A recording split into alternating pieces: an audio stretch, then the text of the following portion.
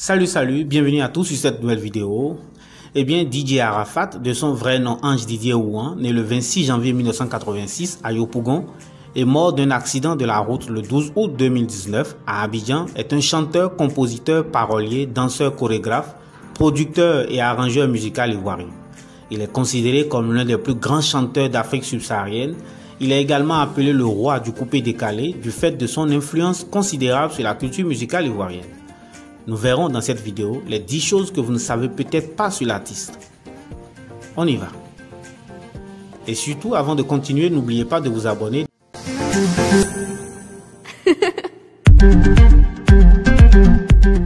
Si l'artiste est connu mondialement sous le nom de Didier Arafat, il faut néanmoins noter qu'il a porté beaucoup de surnoms.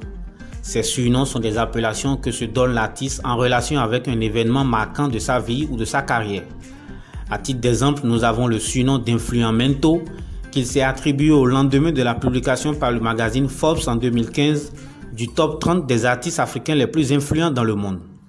Top dans lequel Didier Arafat occupait la première place.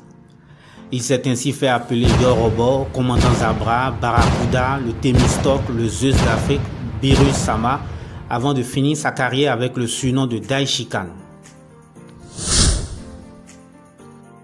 Beaucoup le savent, Didier Arafat était un très grand fan du rappeur américain Lil Wayne, qu'il considérait pendant toute sa carrière comme idole. Peut-être à cause de son mode de vie et son style auquel s'apparente assez celui de Didier Arafat. Tatouages, cheveux, apparence d'un fils de la rue ou de bas quartier, Arafat dira lui-même, je cite, « C'est son côté bad boy, fou, le mec qui s'en fout, qui me fatigue. Quand je vois ce genre de mec toujours chaud, j'adore. Je fais de la personne mon pote car je n'aime pas les mecs froids. » Didier Arafat est né d'un père et d'une mère, tous deux musiciens. Le père musicien, arrangeur et ingénieur de son nommé Ouan Pierre a participé à un album avec des titres chantés en malinké et qui sera d'ailleurs disque d'or. Ouan Pierre décédera dans des circonstances mystérieuses. Son corps a été retrouvé dans un hôtel de Yamoussoukro en octobre 2012. Sa mère, de son vrai nom Lobo Valentine et de nom d'artiste Tina Spencer ou Tina Glamour, est une chanteuse ivoirienne. Ses détracteurs lui reprochent le plus souvent d'esquisser des pas de danse et un style un peu trop osé. Cette image de vulgarité attribuée par les médias se justifiait notamment dans les années 90 où Tina Spencer donnait des prestations scéniques à caractère obscène. Elle se défendait lors d'une entrevue télé en argumentant que son style de danse est plus sensuel et romantique qu'érotique et vulgaire. Elle est aussi connue pour ses paroles piquantes et ses différends avec son fils, Didier Arafat. Tout comme son idole Lil Wayne, Didier Arafat a eu des enfants avec 4 différentes femmes sans être marié jusqu'à son malheureux décès. Il était père de 5 enfants, 3 fils, Owen, Maël et Ezekiel, et 2 filles, Lashoina et Rafna. Les plus connus sont Rafna et Maël, avec qui on peut le voir fréquemment dans des vidéos postées sur ses pages. Il aimait particulièrement ses 2 enfants. Dans une de ces vidéos, on peut le voir avec Maël dans une conversation où il prenait des nouvelles du fils qui revenait des vacances.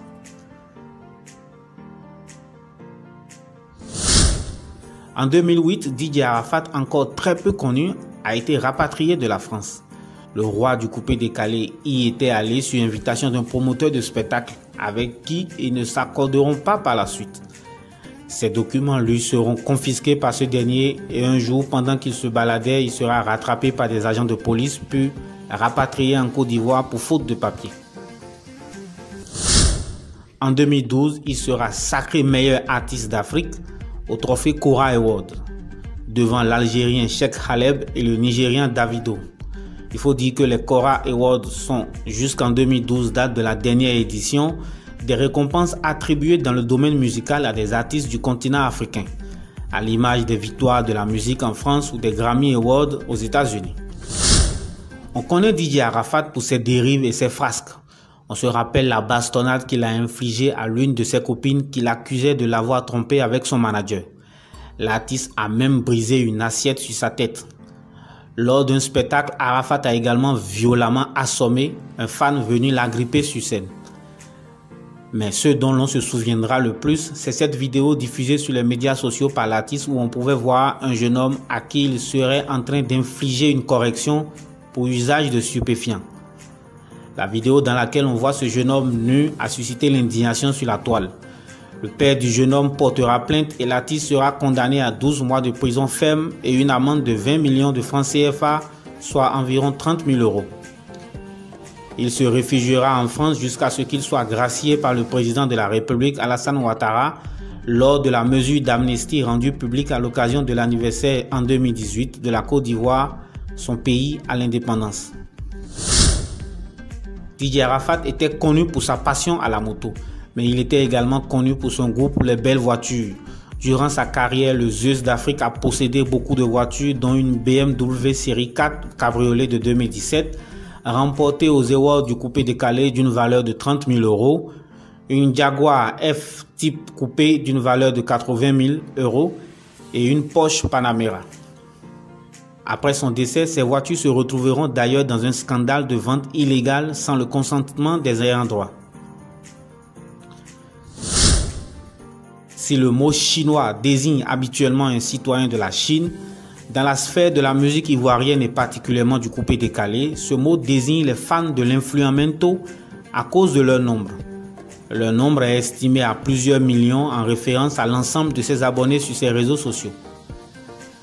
Ils sont pour le Zeus d'Afrique des soutiens inconditionnels, prêts à tout moment à prendre la défense de leur idole face à ses frasques.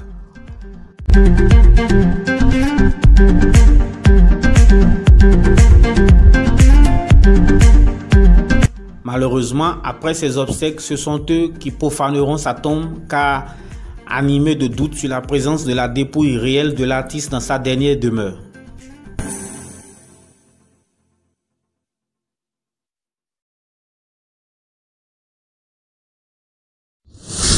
Les clashs et les buzz.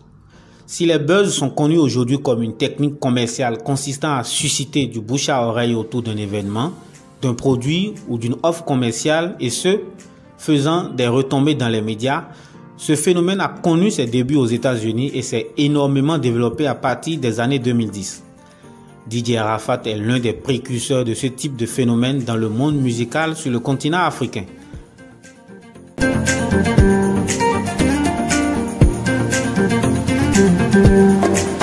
Il ne tarissait pas d'imagination pour faire parler de lui et faire l'objet des débats sur les médias et les réseaux sociaux. Voilà ainsi donc présenté les 10 choses que vous ignoriez peut-être sur le roi du coupé décalé.